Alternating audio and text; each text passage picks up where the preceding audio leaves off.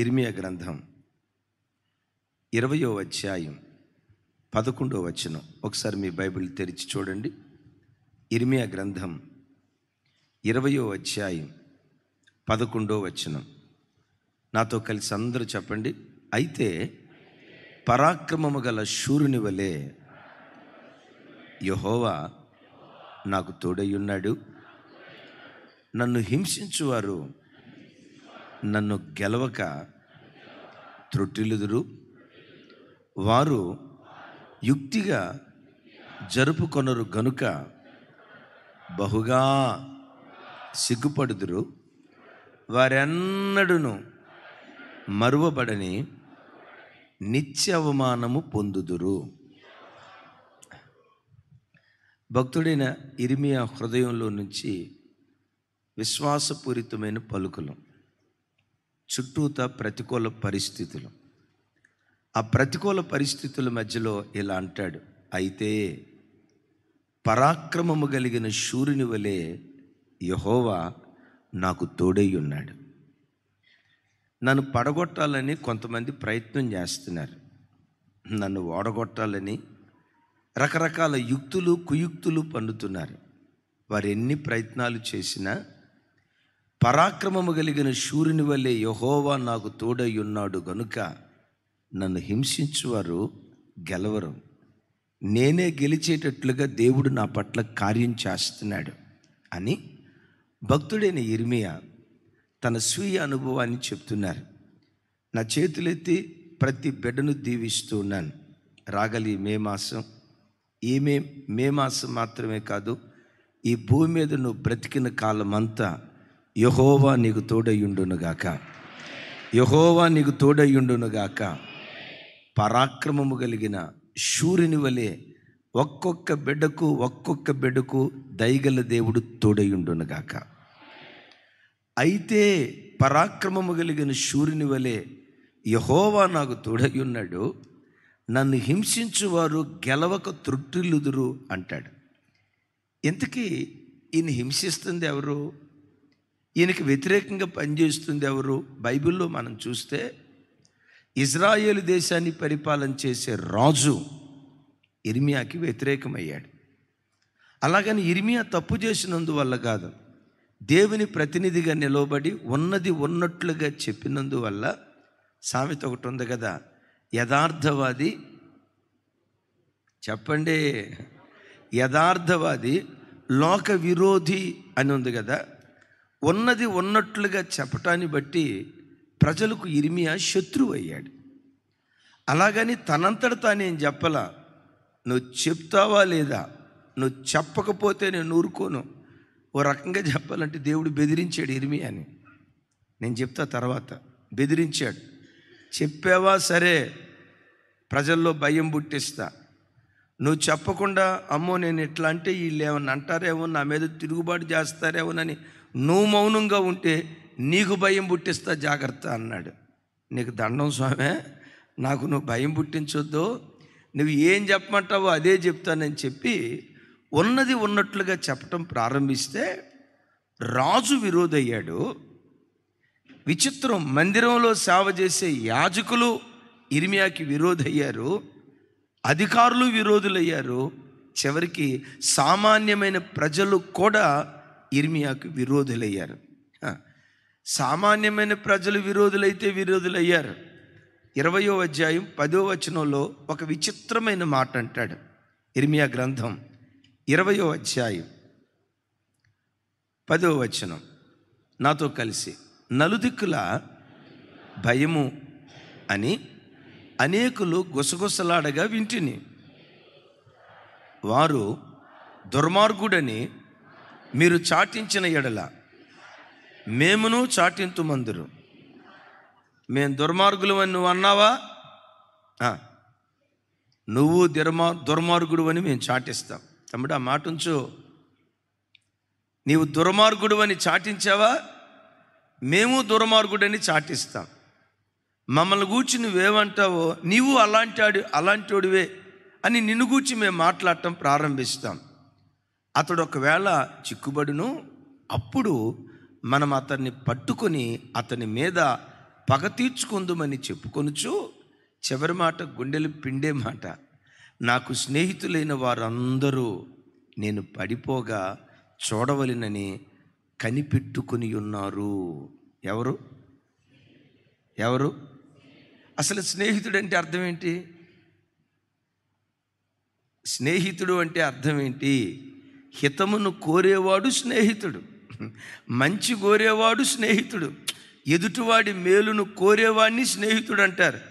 ఇర్మియా స్నేహితులంట కనిపెడుతున్నారట, అతడు పడిపోగా చూడవలెనని చివరికి స్నేహితులు కూడా కనిపెడుతున్నారట. రాజు విరోధయ్యాడు, మందిరంలో ఉన్న యాజకులు విరోధులయ్యారు, అధికారులు విరోధులయ్యారు, సామాన్యులు విరోధులయ్యారు, చివరికి స్నేహితులని పిలువబడిన వారు కూడా స్నేహితులని పిలువబడిన వారు కూడా ఇర్మియాకి విరోధులయ్యారు. అయితే ఏమంటాడు తెలుసా? దేశమంతా నాకు విరోధమైంది, కానీ దేవుడొక్కడు నా ప్రక్కన నిలవబడ్డాడు. ఎలా నిలవబడ్డాడు? చాతగాని దేవుడిలాగా లేడు, చేతులు ముడుచుకున్న దేవుడిలాగా లేడు, అమాయకపు చక్రవర్తిలాగా లేడు. నా దేవుడు ఎలా ఉన్నాడో తెలుసా?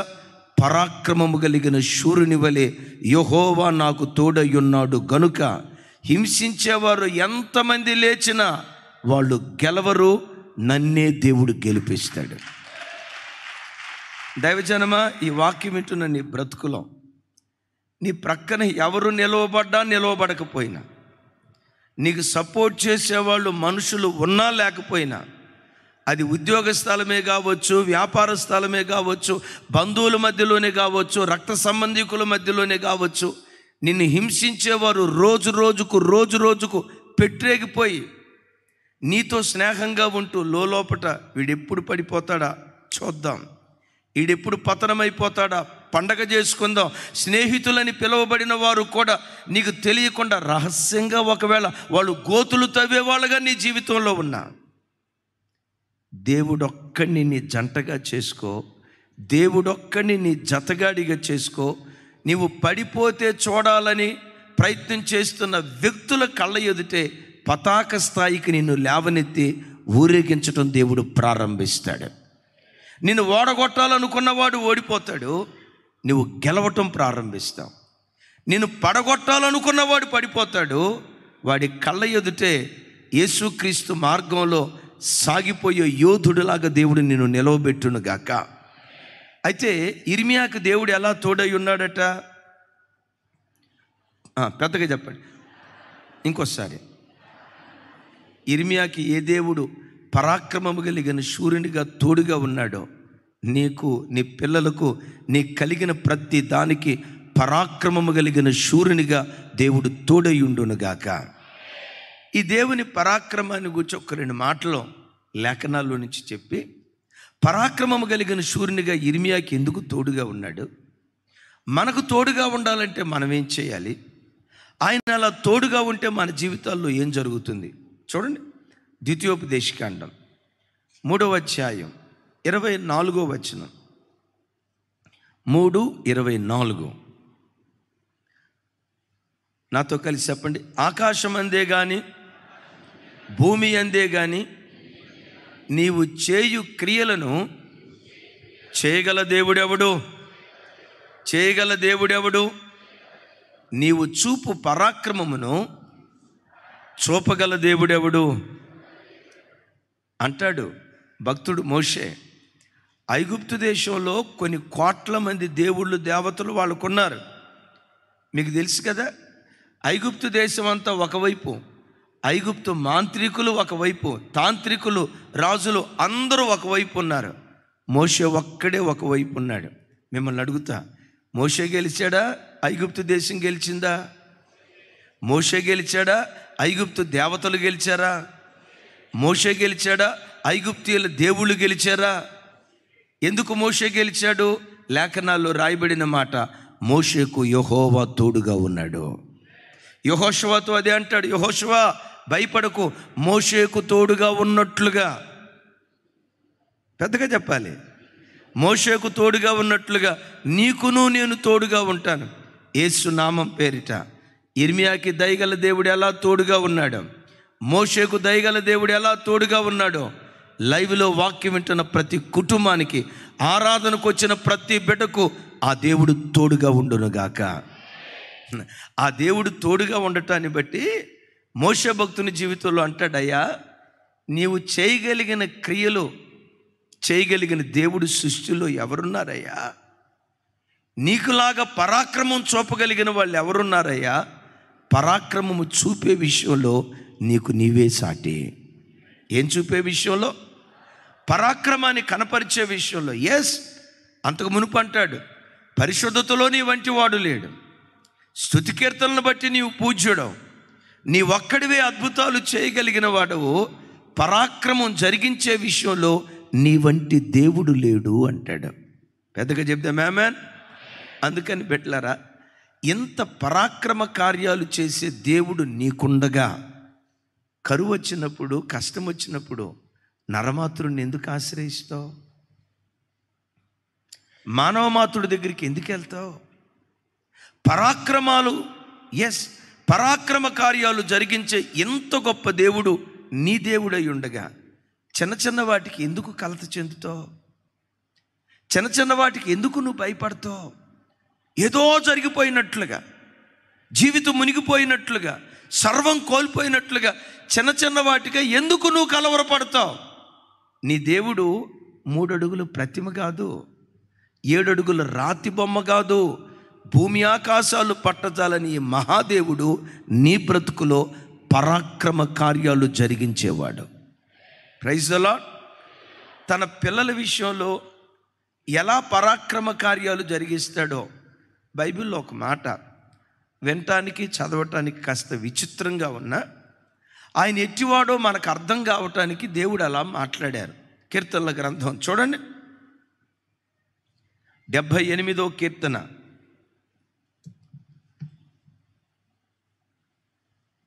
78వ కీర్తన అందరూ చూడండి, 65వ వచనం. 75వ కీర్తన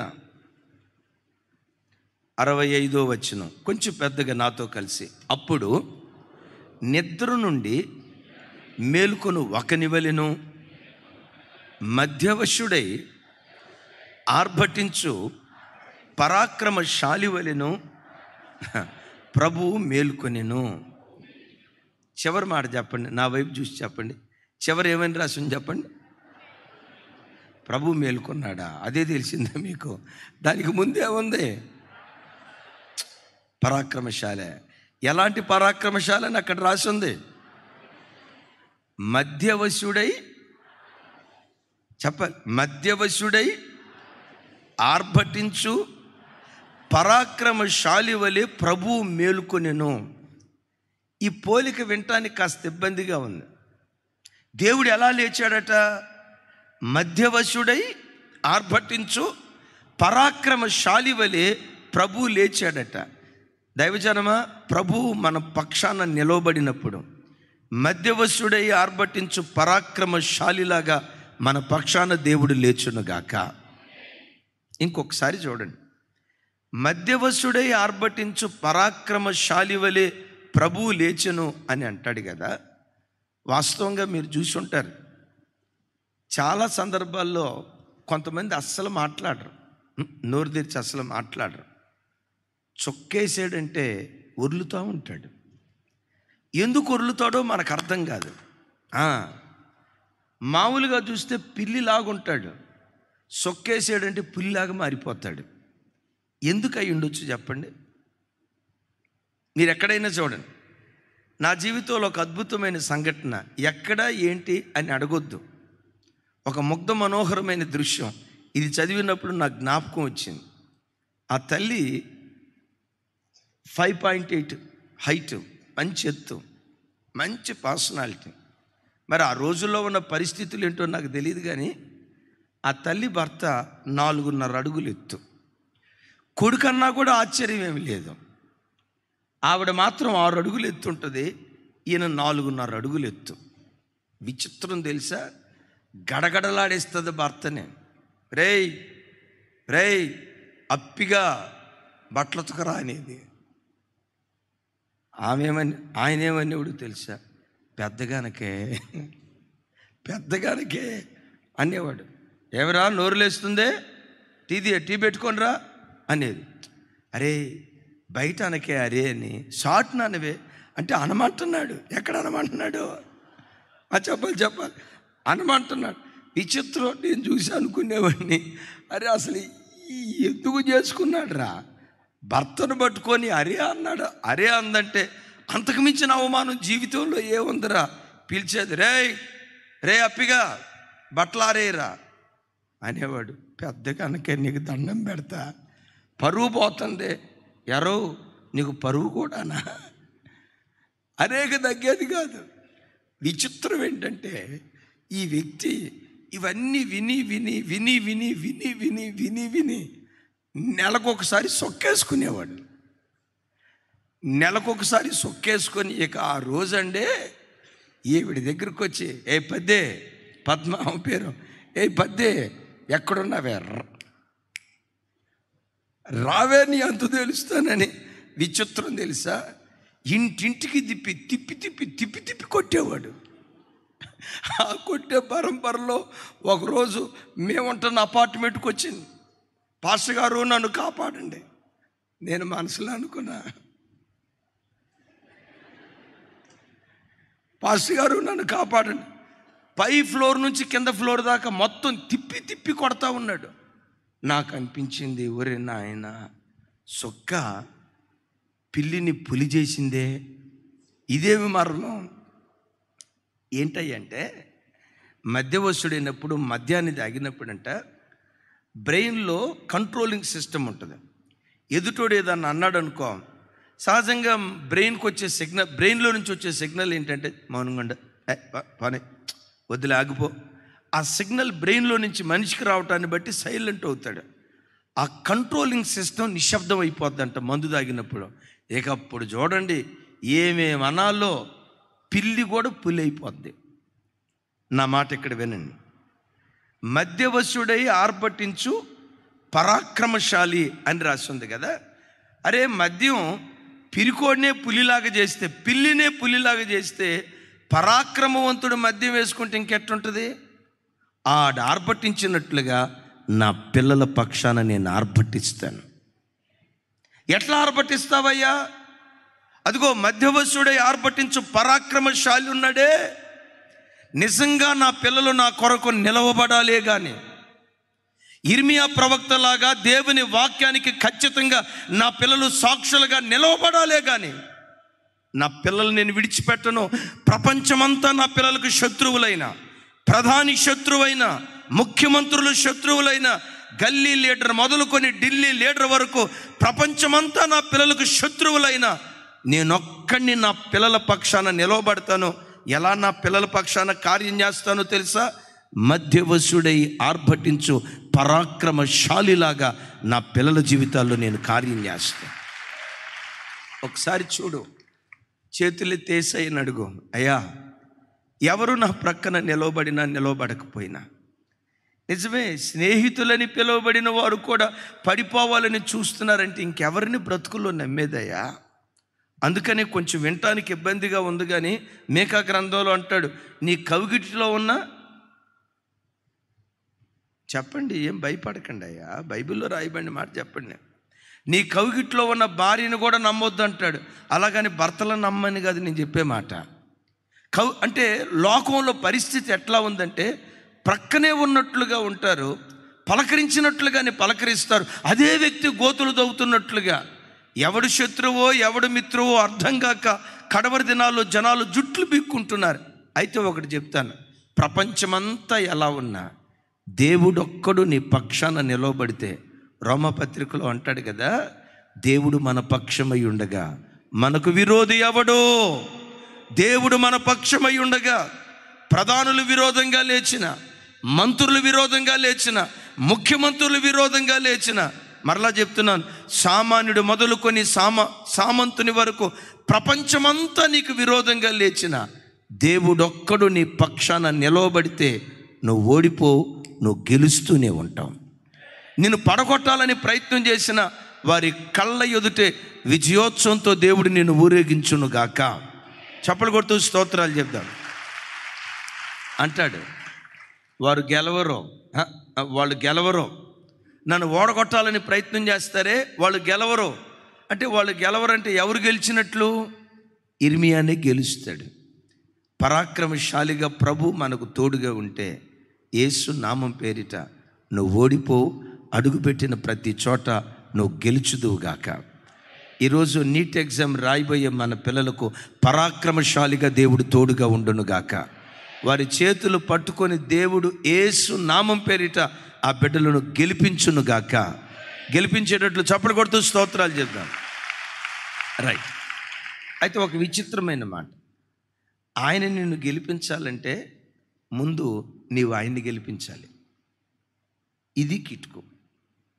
నీ ఆధ్యాత్మిక జీవితంలో నువ్వు తీసుకునే నిర్ణయాల్లో నీ నిర్ణయం ఒకటి ఉంటుంది, దేవుని నిర్ణయం ఒకటి ఉంటుంది.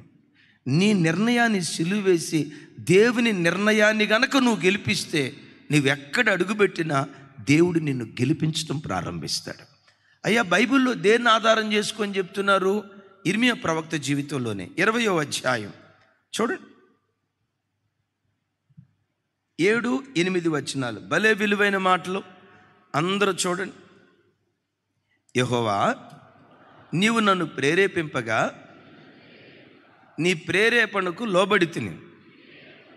నీవు బలవంతము చేసి నన్ను గెలిచితివి. నేను దినమెల్లా నవ్వుల పాలైతిని, అందరూ నన్ను ఎగతాళి చేయుదురు. సరే చాలు. చిన్న 7వ వచనం ఒకసారి నాతో కలిసి నా వైపు చూసి చెప్పండి.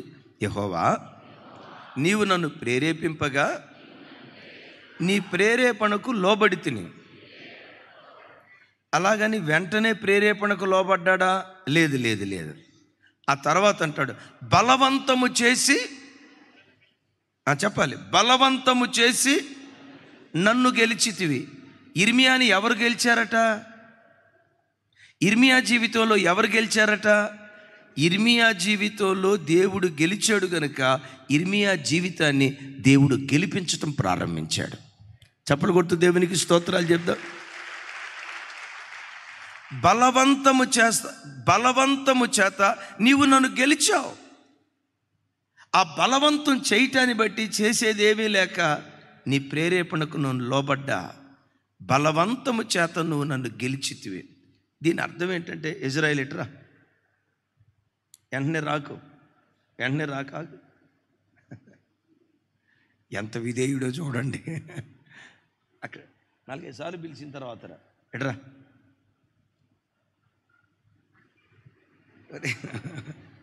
చూసారా, నాకెంత భయపడుతున్నాడో చూడండి.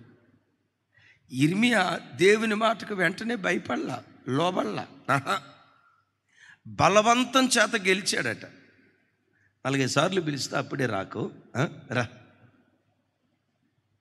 అరే నేను పిలుస్తున్నాను రా నాయన, రావా, రా ఇజ్రాయిల్లో ఇప్పుడు రా అంటే వెంటనే వచ్చాడా? బలవంతం మీద వచ్చాడా? ఇర్మియాని కూడా బలవంతం చేసి దేవుడు గెలిచాడు. ఎట్లా? బిడ్డలారా, నీ ఆధ్యాత్మిక జీవితంలో కూడా దేవుడు నిన్ను గెలవాలి. నువ్వు బట్టల దుకాణానికి వెళ్ళావు, బ్రదర్స్ చెప్తున్నా, బట్టల దుకాణానికి వెళ్ళావు. నీకు వెంటనే బట్టలను చూడటంతో ఏ బట్టలు కొనాలనిపించిందంటే,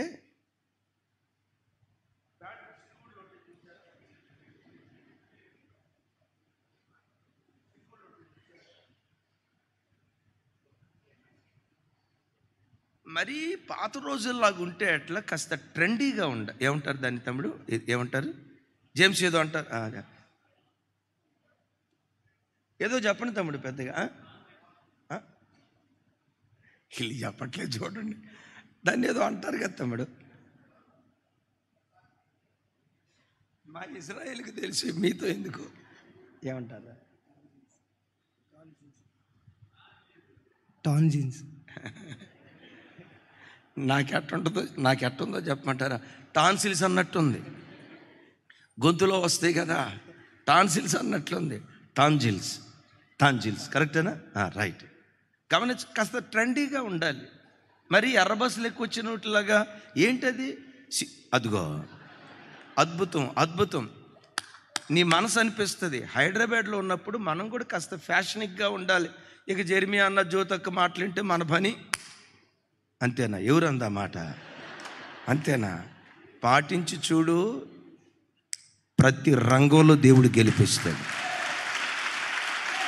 లోకమంతా నీకు శత్రువులైనా, నేను మరలా చెప్తున్నాను, దేవుడొక్కడు నీ పక్షపు వాడైతే పరాక్రమ కార్యాలు దేవుడు జరిగిస్తాడు, శూర కార్యాలు దేవుడు జరిగిస్తాడు. ఎలా ఆర్భటిస్తాడట? మధ్యవశుడై. అది చూపిద్దాం అనుకున్నా కానీ మరీ బాగాదు కాబట్టి చూపించట్లా. మద్యం వేసుకున్నాడు, రాయ్ ఎంత తెలుస్తారా అంటాడు. వాడి నెడితే పడేటట్టు ఉంటాడు, కానీ మాట్లాడుతుంటాయో తెలుసా? ఆడు బక్క చిక్కినోడైనా అంత పరాక్రమం చూపిస్తే అసలు పరాక్రమానికి మారుపేరుగా ఉన్న దేవుడు ఇంకెంత పరాక్రమం చూపిస్తాడు చూడండి. వెళ్ళావు, నీ మనసు అనిపిస్తుంది అదుగదుగో ట్రెండీగా ఉండు, ట్రెండీగా ఉండు, ట్రెండీగా ఉండు. నీవేమో దాన్ని కొనుక్కోవాలని నీ శరీరం చేత, నీ కన్ను చూసిన దాని చేత రేపడుతున్నావు. దేవుడు వచ్చి అంటాడు, వద్దురా నాయన, వద్దు, మనకొద్దు ఫ్యాషన్స్, ఎందుకు వెకిలి చేస్తలే, ఎందుకు వద్దు వద్దు వద్దు. లేదు ప్రభువా, మీ మాటలు వింటే కార్పొరేట్ రంగంలో మేము ఎట్లా బ్రతికేము నాయన. కార్పొరేట్ రంగం అన్న తర్వాత కాస్త జిగ్జిగేళ్ళు ఉండాలి నాయన, కాస్త ఫ్యాషనిక్గా ఉండాలి ప్రభువా. మీ మాటలు అంతే ఉంటే మీరు ఎక్కడో పరలోకంలో ఉంటారు, మా బాధలు మీకేం తెలుస్తాయి? అవునా కాదా? ప్రభా, నాకు ఇది ఇష్టం కానీ వద్దన్నావు కదా. నీ ప్రేరేపణకు నేను లోబడుతున్నా, నీ మాటకు నేను లోబడుతున్నా, నా హృదయములో పుట్టించిన ఆలోచనకు నన్ను నేను అప్పగించుకుంటున్నానని దేవుని ప్రేరేపణకు లోబడి నీ ఇష్టాన్ని చంపుకొని దేవుని ఇష్టాన్ని నెరవేరిస్తే పరాక్రమము కలిగిన శూరునిగా దేవుడు నీకు తోడై ఉండటం ప్రారంభిస్తాడు. నువ్వు కొనే బట్ట మొదలుకొని, నువ్వు ధరించే ఆభరణాల వరకు, నువ్వు వేసుకునే వస్త్రాలు మొదలుకొని నీ వివాహం వరకు నీకు కొన్ని ప్రేరేపణలు కలుగుతాయి. నీ ప్రేరేపణ సులువు వేయాలి. సాతాను కొన్ని ప్రేరేపణలు కలుగు చేస్తాడు, వాడి ప్రేరేపణలు సిలువేయాలి. పాపులు నిన్ను ప్రేరేపిస్తారు, వాళ్ళ ప్రేరేపణను సిలువేసి దేవుని ప్రేరేపణ చేత, బలవంతం చేత దేవుని నువ్వు గెలిపిస్తే ఎక్కడ నువ్వు అడుగుపెట్టినా దేవుడు నిన్ను గెలిపించడం ప్రారంభిస్తాడు. గట్టిగా చెప్దాం ఆమేనని, కొంచెం గట్టిగా చెప్దాం. ఇప్పుడు సహజంగా నీకున్న అలవాటు, విన్న వాక్య ప్రకారం ఒంటి నిండా బట్ట కప్పుకొని క్రమశిక్షణతో ఉండటం నీకు అలవాటు. కానీ నువ్వు చేసే ఉద్యోగ స్థలాల్లో పరిస్థితులు ఎట్లుంటాయి? వాళ్ళు వేసుకునే వస్త్రాలు చూసిన తర్వాత నీకు కూడా, మనం కూడా ట్రెండీగా ఉండాలి.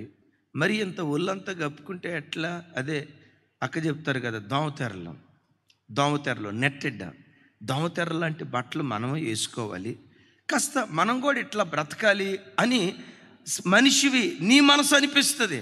కానీ అక్కడికి వెళ్ళినప్పుడు దేవుడు అంటాడు, వద్దు వద్దు, ఇలాంటి వస్త్రాలు నీకొద్దు, ఇలాంటి సెలక్షన్ నీకొద్దు, ఇలాంటి హెయిర్ స్టైల్ నీకొద్దు, ఇలాంటి ఫ్యాషన్స్ నీకొద్దు, ఇలాంటి ప్రపంచం నీకొద్దు అని హృదయంలో నుంచి దేవుడు ప్రేరేపణ పుట్టిస్తాడు.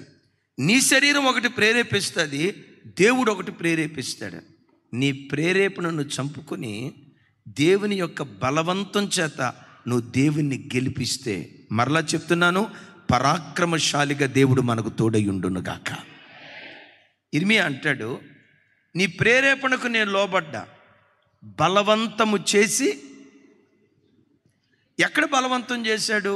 టకటక చెప్తా. చిన్నపిల్లోడు, వాళ్ళ నానేదో పాస్టర్ గారు, అప్పుడే యవ్వన వయసులో 18 సంవత్సరాల లోపు, ఖచ్చితంగా వయసు ఎంతో చెప్పలేను, 10 పైన 18 సంవత్సరాల లోపు మంచి చిన్నపిల్లోడు, ఆడుతూ పాడుతూ గోలీగేలు ఆడుకుంటూ, మన భాషలో చెప్పాలంటే బెల్లంగూడు ఆడుకుంటూ, దాగుడు మూతలు ఆడుకుంటూ, ఇంకేముంటాయి చెప్పండి, అష్టాచమ్మ ఆడుకుంటూ ఎగురుతారు కదా, మీద అంటారు కదా, మా తల్లి ఇప్పుడు లేదమ్మా తొక్కుడు బిళ్ళ ఆడటానికి. ఇప్పుడు ఉన్నంత ఇప్పుడు ఉందంతా సరే, ఇట్లాగా ఆడుకుంటా ఇట్లా జీవితాన్ని సాగించాల్సిన వయసులో ఇర్మియా, తల్లి గర్భంలోనే నా పని కొరకు నిన్ను ప్రతిష్ఠించుకున్నాను, జనములకు ప్రవక్తగా నిన్ను నిలవబెట్టబోతున్నాను, నా మాట విని నా దగ్గరికి రా, నేను ఒక ప్రవక్తగా నేను నిలవబెట్టాలనుకుంటున్నా. ఇర్మియా అంటాడు, బాబు ఇజ్రాయేల్ దేశంలో చాలామంది ఉన్నారు నాయన, నేను చిన్నపిల్లోడినయ్యా, నా దగ్గరికి రావద్దయ్యా, నీ పేరు నేను ఎత్తనయ్యా, నేను రాను. ఎందుకు ఆ మాట అని ఉంటాడు తెలుసా? ఆల్రెడీ వాళ్ళ నాన్న సేవ చేసి సేవలో పడిన కష్టాలు చూశాడు. అంతకు మునుపు ఇర్మియాకు ముందు ఒక ప్రవక్త ఉన్నాడు, యెషయి ప్రవక్త ఎలా చంపబడ్డాడో లేఖనాల్లో రాయబడి రంపంతో కోయబడ్డాడు. ఇంత దారుణమైన మరణాలను గూర్చిన వార్త విన్న తర్వాత నేను సేవ చేస్తే నా పరిస్థితి అట్లయిపోద్దయ్యా, నేను రాను అన్నాడు. దేవుడు అంటాడు, ఇర్మియా నీవే నాకు కావాలి. లేదు ప్రభా, వేరే ఒకళ్ళని చూసుకోండి. గమనించండి, మోషే ఏమన్నాడు? పొద దగ్గర, హోరేబు పర్వతం దగ్గర దరిదాపుగా ఇర్మియా ప్రవక్త కూడా అది అన్నాడు, ఇంకొకళ్ళని చూసుకో ప్రభా, నేను రాను ప్రభా, నీవే కావాలి. ఎట్ లాస్ట్ బలవంతము చేత దేవుని ప్రేరేపణకు లోబడి దేవుని వాక్యాన్ని పట్టుకొని ప్రవక్తగా దేవుని పరిచర్య చేయటం ప్రారంభించాడు. ప్రవక్త అంటే ప్ర ప్లస్ వక్త. ప్ర అంటే బదులుగా, వక్త అంటే మాట్లాడేవాడు. ప్రవక్త అంటే బదులుగా మాట్లాడేవాడు. ఎవరికి బదులుగా మాట్లాడేవాడు? పెద్దగా చెప్పాలి. ప్రవక్త అంటే అర్థం ఏంటి? ప్ర బదులుగా, వక్త అంటే మాట్లాడేవాడు. ప్రవక్త అంటే బదులుగా మాట్లాడేవాడు. నాకు బదులుగా నువ్వు మాట్లాడాలి. చిన్న వయసులో ఆడుతూ పాడుతూ అమ్మఒడిలో నాన్నఒడిలో పండుకోవలసిన వయసులో బంధువుల మధ్య స్నేహితుల మధ్య తిరుగుతూ సంతోషంగా బాల్య దినపు జ్ఞాపకాలు కొనసాగించాల్సిన వయసులో దేవుని మాటకు లోబడి ఈయన దేవుని సేవకు వచ్చాడు. అలాగని వెంటనే రాలేదు. బలవంతము చేత నీవు నన్ను చెప్పాలి బలవంతము చేత నీవు నన్ను గెలిచితివి అన్నాడు. చిన్న వయసులో దేవునికి సమర్పించుకున్నాడు. అద్భుతం. దేవుని ప్రేరేపణకు లోబడి ఎప్పుడైతే దేవుని వైపు తిరిగాడో ఆ చిన్న వయసులో సమర్పించుకున్నది దేవుడు చూసి ఈ చిన్నవాడికి దేవుడైన యెహోవా పరాక్రమము కలిగిన శూరునిగా తోడై ఉండటం ప్రారంభించాడు. బిడ్డలారా, దేవుడు నిన్ను ప్రేరేపిస్తాడు. సినిమా వదిలిపెట్టు. నిన్ను ప్రేరేపిస్తాడు. నా సేవ చేయటానికి రా. నిన్ను ప్రేరేపిస్తాడు. ఉదయం 4 లేచి ప్రార్థన చేయి. నిన్ను ప్రేరేపిస్తాడు. సాయంకాలం కుంటుబారాధన చేసుకో. నిన్ను ప్రేరేపిస్తాడు. పలానా శుక్రవారం ఉపవాసం ఉండి ప్రార్థన చేయి. నీ గుండెల్లో కూడా దేవుడు కొన్ని ప్రేరేపణలు కలుగు చేస్తాడు. విచిత్రం, ఇలాగే సభ జరుగుతుంది. దైవజనులు మొర్దెకై హామ్ దైవ సేవకుడు వాక్యం చెప్తూ ఉన్నాడు. వాక్యం చెప్తూ ఇలా అన్నాడు, అయ్యలారా, సువార్త ప్రారంభమైన ఆ దినం మొదలుకొని ఈ దినం వరకు దేవునికి సంపూర్ణంగా సరైన రీతిలో సమర్పించుకున్న సేవకుడు లేడు. నిజంగా అలాంటి యవ్వన కాలములో సమర్పించుకున్న సేవకుడు దేవుని చేతిలో పడితే వాడిని ఒక ధ్రువతారుగా మారుస్తాడు. సరైన రీతిలో సమర్పించుకున్న సేవకుడు దేవునికి ఇంకా దొరకలేదు యవ్వన కాలంలో. అలాంటి యవ్వన వయసులో సమర్పించుకున్న వాడు దేవునికి దొరికితే ఆ దైవజనుని దేవుడు ఎంత అద్భుతంగా వాడుకుంటాడో. 17 సంవత్సరాల యవ్వనస్తుడు వింటున్నాడట. ఏంటి ఇంతవరకు సరిగ్గా దేవునికి సమర్పించుకున్న యవ్వనస్తులు దేవునికి దొరకలేదా? దొరికితే దేవుడు ఎలా వాడుకుంటాడు? వింటూ ఉన్నాడట. అంతకుముందు గొప్ప సేవకులు ఉన్నారు. జాన్ వెస్లీ గారని, చార్లెస్ వెస్లీ గారని, వాళ్ళు సమర్పించుకున్నారు కదా. ఈ దైవజనుడు అంటున్నాడట, సరైన రీతిలో సమర్పించుకున్న యవ్వనస్తుడు దేవునికి ఇంకా దొరకలేదు. నిజంగా మీలో ఎవరైనా అలా సమర్పించుకుంటే ఒక ప్రత్యేకమైన ఆయుధాలుగా దేవుడు వాడుకుంటాడు. చెప్తా ఉంటే 17 సంవత్సరాల యవ్వనస్తుడు లేచి, అయ్యా, నా జీవితాన్ని ప్రభువుకు సమర్పించుకోవాలనుకుంటున్నా, ఒక ఖచ్చితమైన సేవ చేయాలనుకుంటున్నా, దేవుడు నన్ను వాడుకునేటట్లుగా నా కొరకు ప్రార్థన చేయండి అయ్యా అని 17 సంవత్సరాల యవ్వనస్తుడు లేచి నిలబడితే సంఘమంతా ఆశ్చర్యపోయిందట. దైవజనుడు తల మీద చేతులుంచి ప్రార్థన చేశాడట. ఏమని? అయ్యా, వాక్యానికి స్పందించి యవ్వన వయసులో నీకు సమర్పించుకోవాలని లేచాడు. బిడ్డను ఆశీర్వదించయ్యా అని ప్రార్థన చేశాడు. ఆ యవనస్తుడే పెరిగి పెద్దవాడైన తర్వాత 171 దేశాల్లో దేవుని వాక్యాన్ని ప్రకటించి కోట్ల మంది ప్రజలను ప్రభు తట్టు త్రిప్పాడట. ఆ దైవజనుడే ద గ్రేట్ బిల్లీ గ్రహం గారు. ఏ వయసులో సమర్పించుకున్నాడు? చెప్పాలి. ఏ వయసులో సమర్పించుకున్నాడు? నేను అంటాను సార్, నా వైపు చూసి తక్కామని చెప్పండి. 17 సంవత్సరాల వయసులో ఉన్న యవనస్తుడికి వచ్చే కళ ఏంటి? 17 సంవత్సరాల యవన వయసులో ఉన్న యవనస్తుడు కలిగే ఆశలేంటి? దేవుని సేవ బాబోయ్, దేవుని పరిచర్య చేయటమా బాబోయ్, ఈ రంగుల ప్రపంచంలో మనం ఎక్కడ నిష్టగా బ్రతుకుతామని. దేవుని కాదంటారు కదా. అమెరికా దేశంలో రంగుల ప్రపంచంలో నాకు ఈ లోకం వద్దు, నేను దేవుని కొరకు బ్రతకాలని ఆయన సమర్పించుకొని దేవుని కొరకు నిలవబట్టాన్ని బట్టి పరాక్రమము కలిగిన శూరునిగా దేవుడు ఆయనకు తోడుగా ఉండటం ప్రారంభించాడు. చప్పలు కొడుతూ దేవునికి స్తోత్రాలు చెప్దాం. దైవజనమా, మరలా నేను చెప్తున్నాను, నీకు కొన్ని ప్రేరేపణలు ఉండొచ్చు, లౌకికమైన ప్రేరేపణలు ఉండొచ్చు, అపవిత్రమైన ప్రేరేపణలు ఉండొచ్చు, లౌకికమైన ఆశా ఇచ్చలతో కూడుకున్న ప్రేరేపణలు ఉండొచ్చు. ఆ ప్రేరేపణకు లోబడకుండా దేవుని మాట నిన్ను బలవంతం చేసినప్పుడు ఆయన మాటకు లోబడు, నీ దేవుణ్ణి గెలిపించు, నిన్ను దేవుడు గెలిపించడం ప్రారంభిస్తాడు. అయిపోయింది కదా. అసలు విషయానికి వస్తే ఎందుకు ఇర్మియా ప్రవక్త ఈ మాట అన్నాడంటే, ఇర్మియా గ్రంథం 18వ అధ్యాయం 19వ అధ్యాయం 18వ అధ్యాయాన్ని కొమ్మరి ప్రసంగము అంటారు, 19వ అధ్యాయాన్ని కూజా ప్రసంగము అంటారు. ఒకసారి నాతో కలిసి మాట చెప్పండి. 18వ అధ్యాయాన్ని కొమ్మరి ప్రసంగము అంటారు, 19వ అధ్యాయాన్ని కూజా ప్రసంగము అంటారు. ఒకసారి చెప్పండి. 19వ అధ్యాయాన్ని ఏ ప్రసంగం అంటారు? 18వ అధ్యాయంలో అంటాడు కదా, ఇర్మియా కొమ్మరి వాని ఇంటికి వెళ్ళు, ఆ సారె మీద నుంచి మట్టి విడిపోతుందే, మరలా మట్టి ముద్దను తీసుకొని కొండను చేస్తున్నాడే అని 18వ అధ్యాయంలో కొమ్మరి ప్రసంగం చేశాడు. 19వ అధ్యాయానికి వచ్చేసరికి ఏం జరిగిందో చూడండి. చాలా విలువైన విషయాలు త్వరగా చెప్తాను. 19వ అధ్యాయం 1వ వచనం నుంచి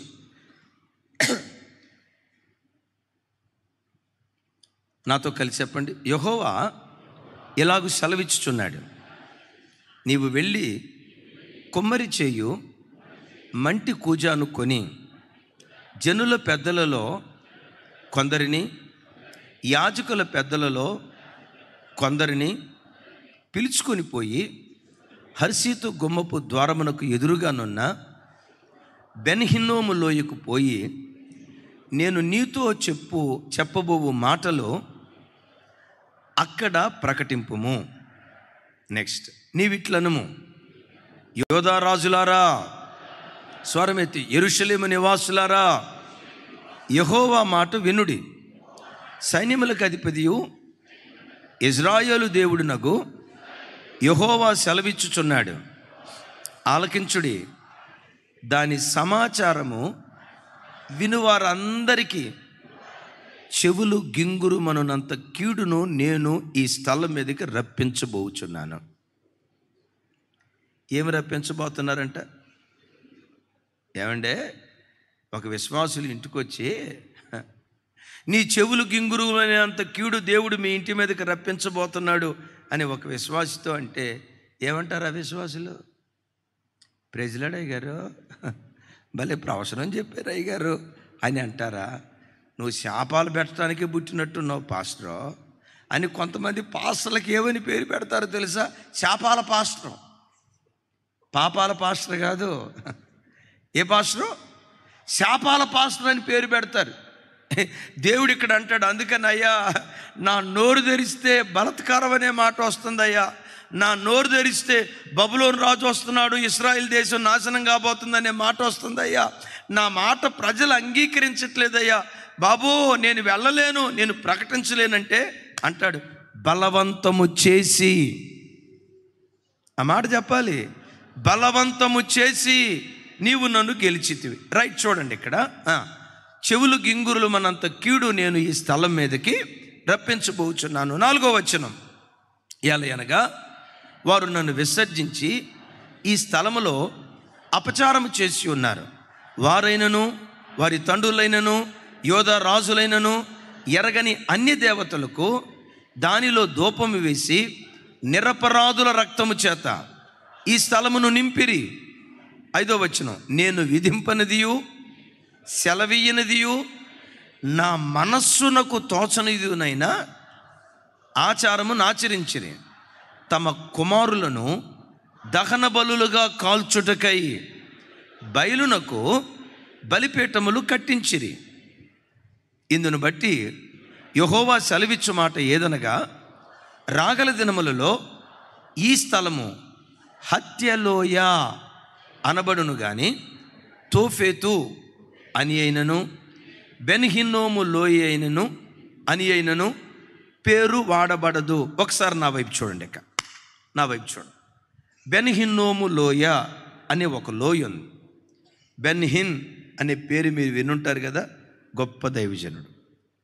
ఇజ్రాయేలు దేశములో యెరూషలేముకు 2 క్రోసుల దూరంలో బెన్హిన్నోము లోయ అనే ఒక లోయ ఉండేది. ఆ లోయ దగ్గర ఇశ్రాయేలీలు ఏం చేశారో తెలుసా? మెలెకు అనే మెలెకు అనే దేవతా ప్రతిమను ప్రతిష్ఠించారు. ఈ మెలెకుకు పసిబిడ్డల బలంటే మహా ఇష్టం. ఇది మోయాబీయుల ఆచారం. విన్నారా? మోయాబీయుల ఆచారం. మెలెకు దేవత ప్రతిమ ఎలా ఉంటుందంటే, తమ్ముడు నెట్లో ఉంటుంది చూడు, నా వైపు చూడండి. ఇత్తడితో తయారు చేయబడినటువంటి విగ్రహం అది. 2 చేతులు ఇలా చాచబడి ఉంటాయి. లోపటంతా హాలో ఖాళీ. ఆ విగ్రహాన్ని అలా నిలవబెట్టి క్రింద కట్టెలు పెట్టి ఆ కట్టెలతో మండిస్తూ ఉంటారు. ఆ ఇత్తడి బాగా కొలిమిలాగా బాగా వేడైపోయినప్పుడు ఆ పసిపిల్లలను తీసుకొచ్చి ఆ దేవత చేతుల మీద పెడతారు. ఇనప కొలిమిలాగా కాలిపోయిన ఆ ఇత్తడి ప్రతిమ చేతుల మీద పసిబిడ్డలను ఎప్పుడైతే పెట్టారో గావుమని కేకలేస్తా పిల్లలు అల్లాడిపోతూ ఉంటారు. ఆ శబ్దాలు వినబడకుండా వాళ్ళు డోలును వాయిస్తూ ఉంటారు. తోఫేలు అనే పేరు కొన్న అర్థం ఏంటంటే డోలు వాయించే స్థలము అని అర్థం. విన్నారు ఈ మాట? బెన్హిన్నోముకి వీళ్ళు తర్వాత ఏమని పేరు పెట్టారంటే తోఫేలు అని పేరు పెట్టారు. తోఫేలు అంటే డోలు వాయించే స్థలం. ఈ పసిబిడ్డలను మెలెకు దేవత దగ్గర బలిస్తూ ఉంటే దేవుడు అంటాడు, ఇది డోలు వాయించే స్థలం అని మీరు పేరు పెట్టారు కదా, రాగల కాలంలో ఇది హత్యా స్థలంగా మారబోతుంది. నెబుకద్నెజర్ రాజు వస్తాడు, మిమ్మల్ని హత్య చేస్తాడు. ఈ లోయ అంతా మీ శవాలతో నిండుకుంటాయి. ఆకాశ పక్షులకు మీ మాంసం ఆహారంగా మారుతుంది.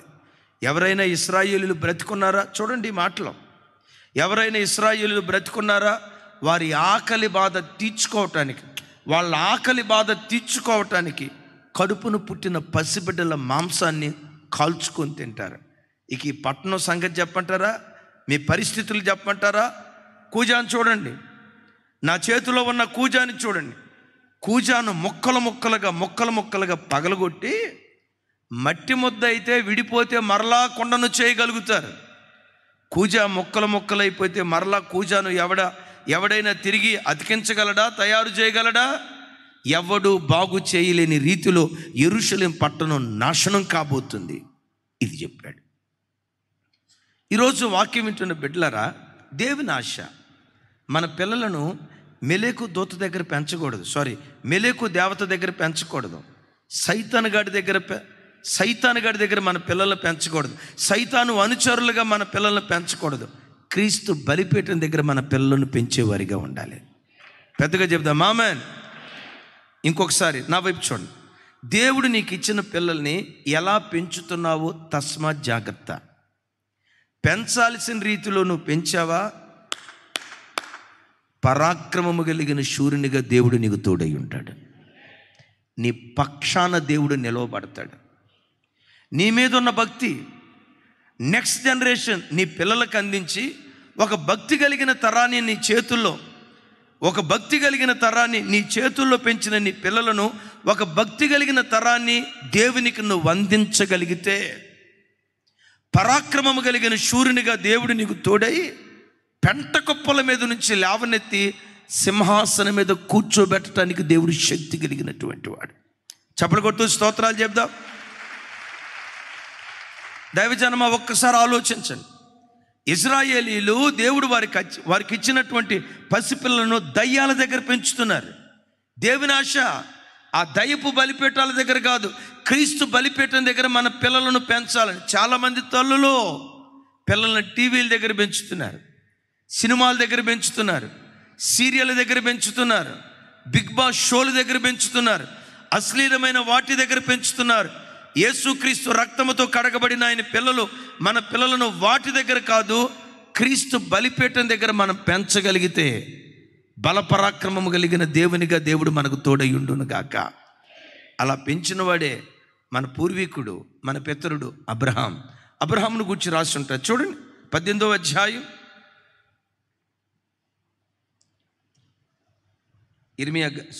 ఆదికాండం 18వ అధ్యాయం 18, 19 వచనాలు. 18, 19 వచనాలు నాతో కలిసి చెప్పండి. అబ్రహాము నిశ్చయముగా బలము గల గొప్ప జనమగును, అతని మూలముగా భూలోకములోని జనములను సమస్త జనములను ఆశీర్వదించబడును.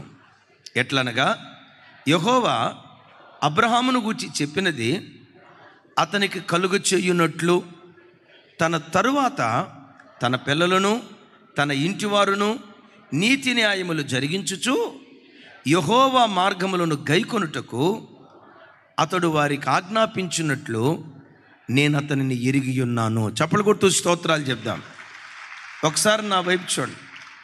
అబ్రహామును గూర్చి అంటాడు, అబ్రహాము నిశ్చయముగా బలము గల గొప్ప జనమవుతాడు. నా చేతులెత్తి దీవిస్తున్నాను. ఈ పట్టణానికి మీరు ఎలా వచ్చారు? వచ్చిన స్థితిలో కాదు, భవిష్యత్తులో రాగల దినాల్లో బలము గల గొప్ప జనముగా నీ సంతతిని దేవుడు ఆశీర్వదించునుగాక. బలము గల గొప్ప జనాంగంగా నీ పిల్లలను దేవుడు దీవించునుగాక అంటాడు. ఇది నిశ్చయం, ఇది నిశ్చయం. ఏది నిశ్చయమయ్యా? అబ్రహాము నిశ్చయముగా బలము గల గొప్ప జనమవుతాడు. అతని సంతాన మూలముగా భూలోకములో ఉన్న సమస్త వంశములు ఆశీర్వదించబడతాయి. క్రైస్తవ జన్మ, నిన్ను ఆశీర్వదించటం దేవునికి ఆఫ్టర్ ఆల్. నిన్ను ఎలా దేవుడు చూడాలనుకుంటున్నాడో తెలుసా? నిన్ను అనేకులకు ఆశీర్వాదంగా మార్చాలి అనేది దేవుని ప్రణాళిక. నేను మరలా చెప్తున్నాను, ప్రభా నన్ను ఆశీర్వదించు, నన్ను ఆశీర్వదించు. నిన్ను ఆశీర్వదించడం దేవునికి స్వల్పం.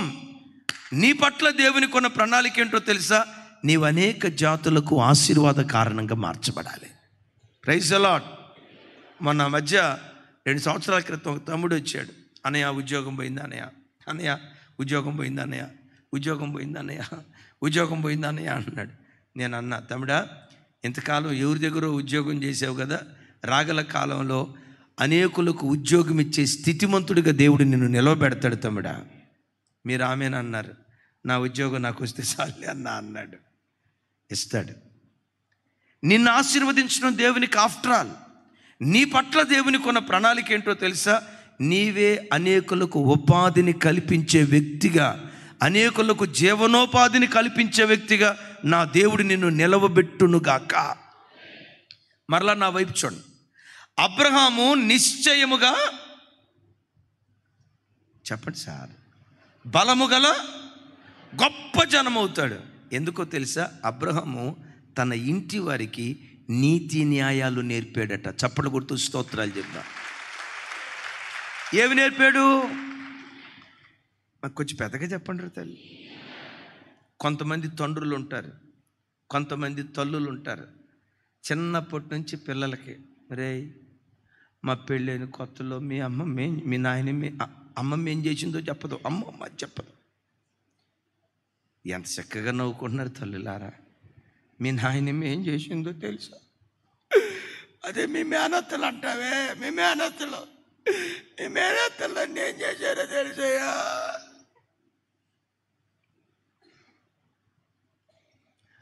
అలాంటి దానికి దేవుడు పిల్ల లేకుండా ఉంటే పోయిద్ది.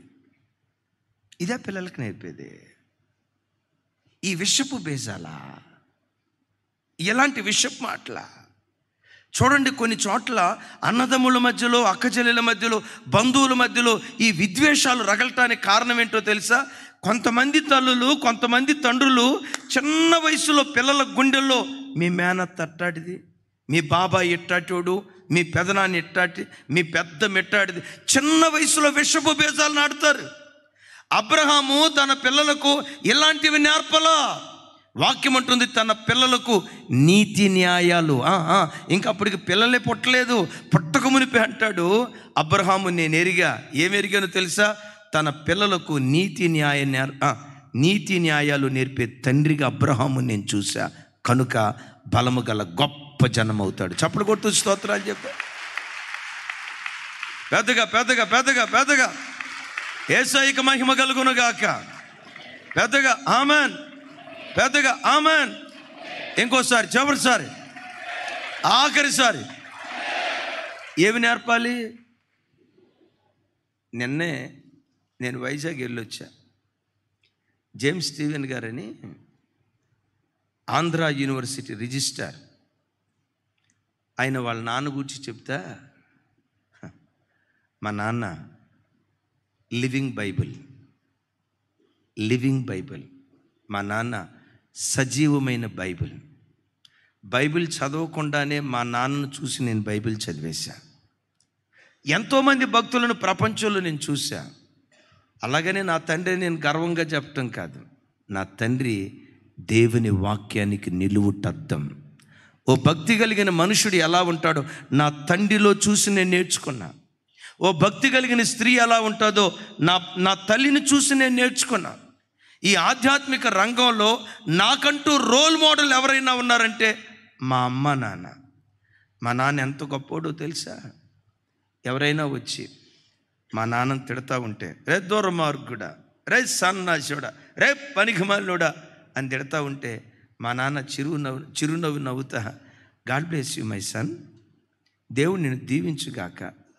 చుట్టూతో ఉన్న వాళ్ళు అంటారంట, నానా ఇప్పుడు గాడ్ బ్లెస్ అంటే అట్ట, మనం కూడా ఒక మాట వద్దురా, కీడుకు ప్రతి కీడు ప్రభు మనకు నేర్పలేదురా, మాటకు ప్రతి మాట మనకు నేర్పలేదురా, కీడును కూడా మేలుతో జయించడం ప్రభు మనకు నేర్పాడురా. ఒకటే మాట చెప్పాడు, నా తండ్రి లివింగ్ బైబిల్. నీతి న్యాయాలు నా తండ్రి నాకు నేర్పాడు. అందుకని అబ్రహాము బలము గల గొప్ప జనం అయ్యాడు. ఇక్కడ ఒక మాట చెప్తాను, ఇర్మియా పరిస్థితి కూడా అదే. అనాతోతు అనే ఊరిలో పుట్టి పెరిగినవాడు. అనాతు అనే దేవత అక్కడ ఉండేది. సాతాను స్థావరం అన్న స్థలంలో తన తండ్రి యాజకుడుగా ఉంటూ ఇర్మియాని ఒక భక్తి కలిగిన వాడిగా పెంచాడు. భక్తి కలిగిన వాడిగా పెంచి ఆ భక్తి కలిగిన వాడిని దేవుని చేతులకు అప్పగించాడు. ఆ భక్తి కలిగిన ఇర్మియాకి పరాక్రమము కలిగిన శూరునిగా తోడుగా ఉన్నాడు. చప్పలు కొడుతూ స్తోత్రాలు చెప్దాం పెద్దగా. హల్లెలూయా. దైవజనమా, నా వైపు చూడండి. రాబోయే దినాలు గడ్డు దినాలు. నీలో ఏ భక్తి ఉందో నీ పిల్లలకు ఆ భక్తిని అందించి ఒక భక్తి కలిగిన తరాన్ని దేవుని కొరకు మనం నిలవబెడితే మన పిల్లలకు పరాక్రమము కలిగిన శూరునిగా దేవుడు తోడుగా ఉండటం ప్రారంభిస్తాడు. యేసయ్యకి మహిమ కలుగును గాక. కూజాన్ని తీసుకొచ్చాడు, పగలగొట్టి అక్కడ ఏమన్నాడు ఒకసారి చూడండి. ఇర్మియా గ్రంథం 19వ అధ్యాయం 11వ వచనం 12వ వచనం నేను చదువుతాను. నాతో కలిసి అందరూ చెప్పడానికి ప్రయత్నం చేయండి. నాతో కలిసి, సైన్యములకు అధిపతిగా యెహోవా ఎలాగూ సెలవిచ్చుచున్నాడు, మరలా బాగు చేయ నశక్యమైన కొమ్మరి పాత్రను ఒకడు పగలుగొట్టునట్లు నేను ఈ జనమును ఈ పట్టణమును పగలగొట్టబోచున్నాను. తోఫెతులో పాతి పెట్టుటకు స్థలము లేకపోవునంతగా వారు అక్కడనే పాతి పెట్టబడుదురు. ఒకసారి చూడండి, కొండను పగలగొట్టి ఏమంటాడంటే, ఈ కొండను ఇంకెవడు బాగు చేయలేడు, ఎవడు బాగు చేయలేనంత అసఖ్యంగా యెరూషలేము పట్టణం పాడు కాబోతుంది. దేవుని ఉగ్రత రాబోతుంది. పెంచాల్సిన రీతిలో మీరు పెంచలేదు గనుక, పెరగాల్సిన రీతిలో మీరు పెరగలేదు గనుక, ఇదిగో దేవుని ఉగ్రత మీకు రాబోతుంది అని బెన్ హిన్నోము లోయలో చెప్పాడు. నెక్స్ట్ ఏం చేశాడో తెలుసా? అక్కడి నుండి దేవుని మందిరానికి వచ్చాడు. దేవుని మందిరంలో ఉండి సేమ్ ఇదే మాట యాజకులతో, అక్కడున్న ప్రజలతో, దేవుని మందిరంలో కూడా ఇదే మాట చెప్పాడు. అక్కడేం జరిగిందో 20వ అధ్యాయం 1వ వచనం చూడండి. 20వ అధ్యాయం 1వ వచనం నుంచి 4వ వచనం వరకు. యిర్మీయా ఆ ప్రవచనములను పలుకగా యెహోవా మందిరములో పెద్ద నాయకుడును ఇమ్మేరు కుమారుడునగు పషూరను యాజకుడు విని ప్రవక్త అయిన యిర్మీయాను కొట్టి యెహోవా మందిరమునందున్న బెన్యామీను మీద గుమ్మము నొద్ద నుండు బండలలో అతనిని వేయించెను. ఒకసారి నా వైపు చూడండి. యిర్మీయా తన సొంత మాటలు చెప్పాడా, దేవుని మాటలు చెప్పాడా? చెప్పాలి. ఆ మాటలు విన్న తర్వాత ఏం చేయాలి? ఏమని రాస్తుంది అక్కడ? 1వ వచనం ఏమని రాస్తుంది అక్కడ? ఇమ్మేరు కుమారుడును పషూరును యాజకుడు విని పశ్చాత్తాపడ్డాడు అని లేదు. పరితాపడ్డాడు అని లేదు. ఏం చేశాడంట? ఎవరు యిర్మీయాని కొట్టింది? విశ్వాసి కూడా కాదు. ఎవరు? నాయకుడు కాదమ్మా. దాని ముందు ఇంకొక మాట ఉంది. నాయకుడు కాదు, దాని ముందు ఇంకొక డిగ్రీ ఉంది కదా. ఏ నాయకుడు? పెద్ద నాయకుడు యాజకుడు. ఈ మాట విని ఏం చేశాడంట? యిర్మీయాని కొట్టి బండల్లో బిగించారట. బిడ్డలారా, నా వైపు చూడండి. ఎప్పుడైనా నీ గుండెను గుచ్చేటట్లుగా దేవుడు నీతో మాట్లాడితే, బోధిస్తున్న సేవకుడి మీద ఎప్పుడైనా రొసరొసలాడినట్లుగా నీ జ్ఞాపకం ఉందా? నీ బుద్ధిహీనత ఏంటో, నీ అవిధేయత ఏంటో, దేవుని వాక్యానికి భిన్నంగా ఎక్కడ నువ్వు ప్రవర్తిస్తున్నావో, నీ అజ్ఞానాన్ని అపవిత్రతను ఉన్నట్లుగా పరిశుద్ధాత్మ ప్రేరేపణతో దేవుడు నీతో మాట్లాడినప్పుడు రొమ్ము కొట్టుకుంటూ ఏడ్చావా? రొసరొసలాడుతూ వెళ్ళిపోయావా? ఆ బలహీనత నాలో ఉందని ప్రలాపిస్తూ దేవుని పాదాలు పట్టుకున్నావా? ఏం చూశాడంట? ఎందుకైనా అట్లా మాట్లాడుతున్నాడని దేవుని మాటను మనుషుని మాటగా ఎంచి ఎప్పుడైనా తిరస్కరిస్తూ వెళ్ళిన జ్ఞాపకం నీకుందా? యిర్మీయాని కొట్టి బండల్లో బిగించారు. మరలా బయటకు తీసుకొచ్చాడు. పషూరు అనే పేరుకున్న అర్థం ఏంటంటే శాంతిని వ్యాపింపచేసేవాడు అని అర్థం. ఒకసారి ఈ మాట కూడా చెప్పండి. యెహోవా నీకు పషూరను పేరు పెట్టడు కానీ మగోర్మి సాబీబ్ చెప్పండి ఒకసారి. మగోర్మి సాబీబ్ చెప్పండి. మగోర్మి సాబీబ్. మన సలాం అలైకుం మాట్లాడలేదా? అది బీబ్ అనే పేరు. దీని అర్థం ఏంటో తెలుసా? భయమును వ్యాపింపజేసేవాడు. నువ్వు శాంతిని వ్యాపింపజేసేవాడివి కాదు, భయాన్ని వ్యాపింపజేసేవాడు. నాకు అర్థం కాక, అయ్యా వాడు కొట్టిన యిర్మీయా ప్రవక్త నీకు సిగ్గు అనిపించలేదా? బండల్లో పడేసిన నీకు బాధ అనిపించలేదా? బాధ అనిపించకపోగా దేవుడు నిన్ను భయాన్ని వ్యాపింపజేసేవాడిగా చేస్తాడు. జాగ్రత్త. మరలా ఎందుకంటున్నావు? మరలా ఆ మాట అంటే కొడతాడేమో కదంటే, అయ్యా ఈయన కొడతాడని నేను మౌనంగా ఉంటే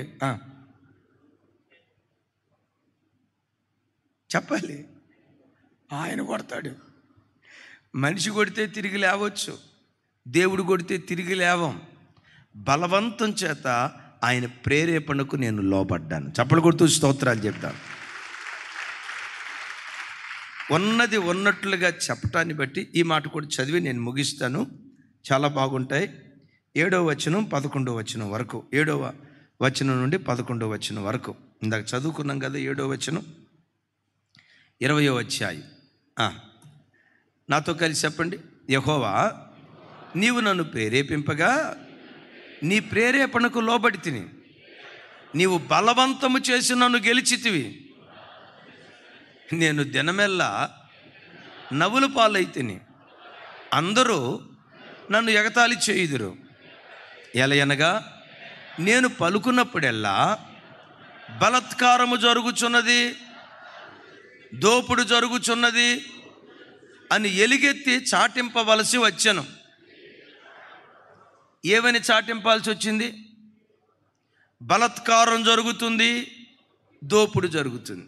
నేనంట, పాస్టర్ గారు ఎప్పుడైనా ఇంటికి వచ్చి దేవుడు మిమ్మల్ని దీవించుగాక అని అంటే ఇష్టం ఉంటుందా?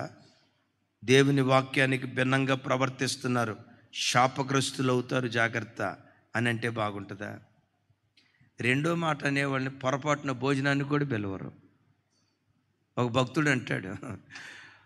భక్తుడు అంటాడు బాప్తిస్మ ఇచ్చి యోహాన్ని ఆ రోజుల్లో ఎవరు ఇంటికి భోజనానికి పిలవలేదంట. ఎందుకు పిలవలేదో తెలుసా? ఏ ఇంటికి వెళ్ళినా సర్పసంతానమా అనేవాడట.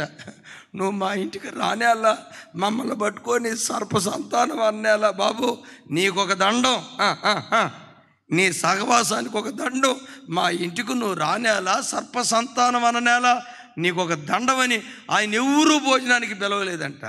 చివరికి తాగుబోతుని కూడా పాస్టర్ గారు ఏం చేయాలో తెలుసా? God bless you my son, నూరంతలుగా దేవుడు దీవించుగాక అంటే ఒక కోటర్ తాగేవాడు 100 కోట్రలు తాగాలేమో. దేవుడు నిన్ను దీవించుగాక. ఇలాంటి ప్రవక్తలను, ఇలాంటి సేవకులను కోరుకుంటారు, కానీ ఆపరేషన్ చేసే సేవకులను ప్రజలు కోరుకోరు. దిద్దుబాటు చేసే సేవకులను కోరుకోరు. సరిచేసే వాళ్ళను, హెచ్చరించే వాళ్ళను, బుద్ధి చెప్పే వాళ్ళను ఈ తరపు ప్రజలు కోరుకోరు. ఎట్లాంటి ప్రజలు అంటే, రేయ్ స్పీడ్కి వెళ్ళకో, 80 స్పీడ్ మీద వెళ్తే యాక్సిడెంట్లు అవుతారా, చచ్చిపోతారా జనాలు, జాగ్రత్త అంటే మనోడు ఏమంటాడు తెలుసా? అదిగో చూడు, అసలు నువ్వు తల్లివేనా, నాకు యాక్సిడెంట్ కావాలని చెప్తావా, నేను చచ్చిపో. ఆ మాట అందా అమ్మ? ఒరే స్పీడ్కి వెళ్తే యాక్సిడెంట్ అవుతుంది, జాగ్రత్తరా, లోకంలో చనిపోతున్నారు, జాగ్రత్తరా అంటే హెచ్చరిక మాట వదిలిపెట్టి అంటే నేను చచ్చిపోవాలేనేనా? తల్లి మాట్లాడే మాట ఇది. ఇలా వక్రీకరించి మాట్లాడతారు.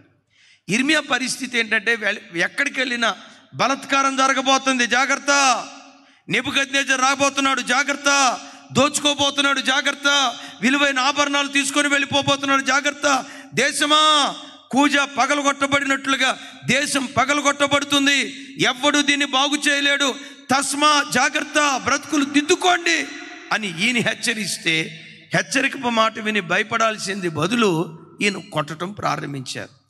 ఎందుకయ్యా ఈ దెబ్బలో? నేను యెహోవా పేరు ఎత్తను, ఆ మాటే నేను పలకను, పొర్రపాటున ఇక మీదట బలత్కారాన్ని గూర్చి మాట నేను చెప్పను, నేను మౌనంగా ఉంటాను అని ఇర్మియా అనుకుంటే లోపట ఏం జరిగిందో చెప్తాడు. చూడండి ఆ మాట. ఇర్మియా గ్రంథం 20వ అధ్యాయం 9వ వచనం. ఎంత బాగుందో చూడండి.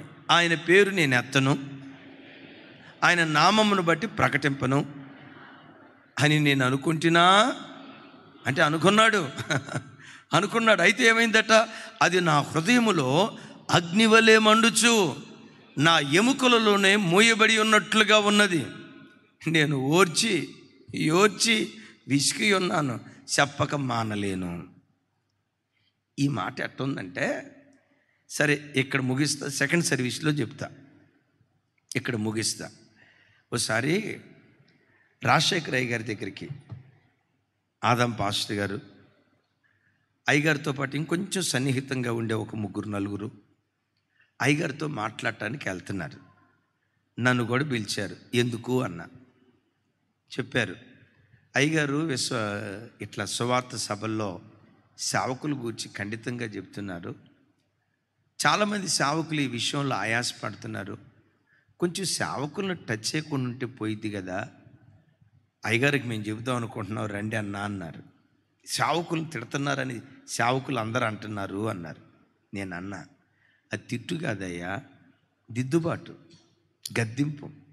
తెలుగు రాష్ట్రాల్లో అంత వయసులో అంత అభిషేకం కలిగిన సేవకులు ఎవరైనా, సంఘాన్ని దిద్దుబాటు చేయగలిగిన వయసులో ఉన్న సేవకులు ఎవరైనా ఉన్నారంటే రాజశేఖర్ అయ్య గారు. అయ్యా లేదు, ఆయనకిచ్చిన కృపది, అట్లా దిద్దుబాటు చేయాలి. కొన్నిసార్లు ఎడ్వర్డ్ విలియమ్స్ గారు పౌరుష పదజాలం వాడతారు, కొంతమంది దాన్ని విమర్శిస్తారు. నా మట్టుకు నేను ఎరిగింది ఏంటో తెలుసా? అది ప్రవక్తల ఆత్మ.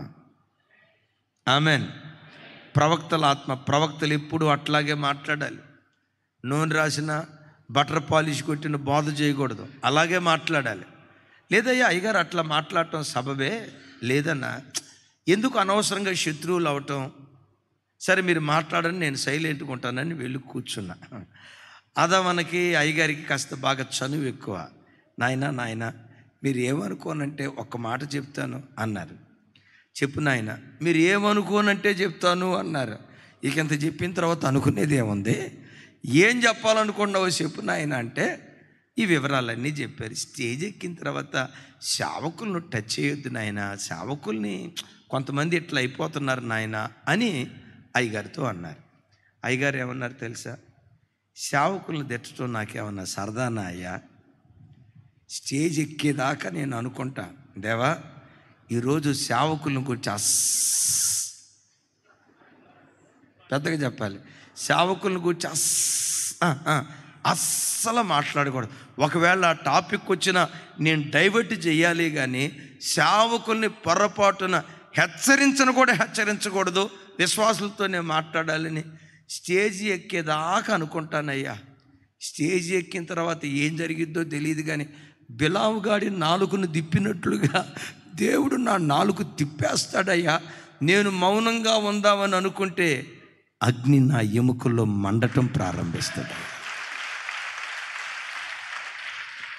అరే గద్దించి శత్రువులు అవటం ఎందుకు? తప్పు చేసామని వాళ్ళని బుద్ధి చెప్పి వాళ్ళకి శత్రువులు అవటం ఎందుకు? వద్దు, నా బ్రతికేదో నేను బ్రతుకుతా, ఏదో 4 మాటలు పై మాటలు చెప్పుకొని దిగుతా స్టేజ్ దిగుతా అంటే దేవుని అగ్ని అంట ఎముకల్లో మండటం ప్రారంభిస్తా. నిన్నెందుకు పిలిచా? మొగస్థుతి కోసమా? ప్రజల దగ్గర డబ్బు తీసుకోవటం కోసమా? ప్రజలు గుంపును పోగేసుకోవటం కోసమా? ఎట్లాంటి వాళ్ళు వచ్చినా మా సంఘం ఎంత పెద్దదని చెప్పుకోవటం కోసమా? నీ మీటింగ్ ప్రజలు రారేనా? గమనించండి, మనుషులను సంతోషపెట్టే బోధ నువ్వు చేయకూడదు, నన్ను సంతోషపెట్టే బోధ చేయాలని నా ఎముకల్లో ఒక మంటయ్యా. ప్రసంగం చేస్తా, దిగెళ్ళేటప్పుడు నన్ను నేను తిట్టుకుంటా. ఏమని తిట్టుకుంటారయ్యా? అక్కడికి వెళ్ళేదాకా ఏది చెప్పకూడదు అనుకున్నాను, ఆడికి వెళ్ళిన తర్వాత అదే చెప్తా. చెప్పింది నేను కాదు, పరిశుద్ధాత్మ దేవుడు. అప్పుడు అయ్యగారు అన్నమాట, నేను ప్రభు పక్షాన నిలబడినప్పుడు ప్రజలంతా నాకు దూరమైపోయినా ఏ దేవుని పక్షాన నిలవబడ్డానో ఆ దేవుడే పరాక్రమము కలిగిన శూరునిగా నాకు తోడుగా ఉన్నాడు.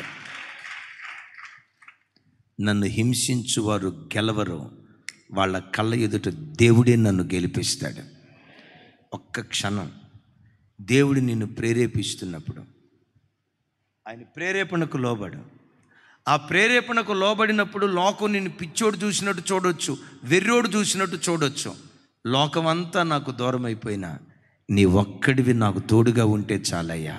ఆయన ఒక్కడు నీ పక్షాన నిలవబడితే దేవుడు మన పక్షమై ఉండగా మనకు విరోధి ఎవరు? పరాక్రమము కలిగిన శూరునిగా నీ బ్రతుకు కాలమంతా దేవుడు నీకు తోడై ఉండునుగాక.